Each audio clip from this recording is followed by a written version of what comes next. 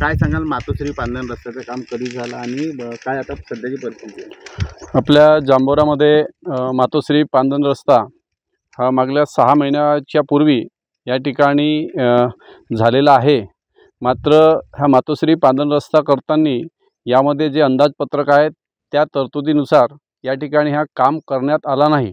त्यामुळे एका पावसामध्येच या मातोश्री पांधनला गळती लागली आणि जागोजागी खड्डे पडलेले आहेत। त्यामुळे शेतकऱ्यांना सुद्धा या मातोश्रीच्या रस्त्यावरून जाण्यास अडचण निर्माण होत आहे। काय मागणी आहे नेमकी तुमची? या ठिकाणी जो मातोश्री पांधन रस्ता आहे या मजबूत व्हायला पाहिजे होता, मात्र संबंधित कंत्राटदाराने या ठिकाणी कोणत्याही प्रकारचा मजबूतीकरणाचे काम या ठिकाणी केलेले नाही। त्यामुळे रस्ता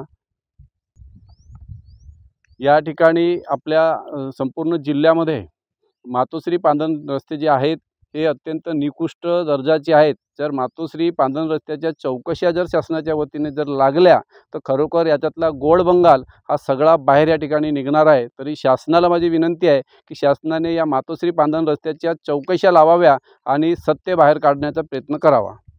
सांगा आणि काय नेमकी? माझे नाव सत्यलाल ताराचंद बिष्णे, जांभोरा। काय सांगाल तुम्ही एक शेतकरी आहात आणि तुमच्या शेतामध्ये मातोश्री पांधन रस्ते कशा पद्धतीने काम झालेलं आहे? माझं शेत ह्या पांधन रस्त्याला लागूनच असल्यामुळे आमचं येणं जाणं शेतकऱ्याचे इथूनच होते।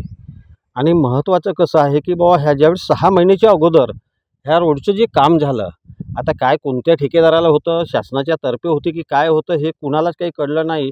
पण याच्यामध्ये साधी थातूरमातूर गिट्टी आणि ही मुरुम टाकून याला लोलरने दबाई न करता ह्या रोडाला चांगलं प्लेन करण्यात आलं आणि एका पाण्याने ह्या रोडाला खड्डे पडलेले आहेत। तर असं मला वाटते की बाबा जे सरकार ह्या कंत्राटदारांना कंत्राटदार देतो, ठेकेदारी देतो, पण त्या पद्धतीचं कुठंच तरी हे काम होताना दिसत नाही।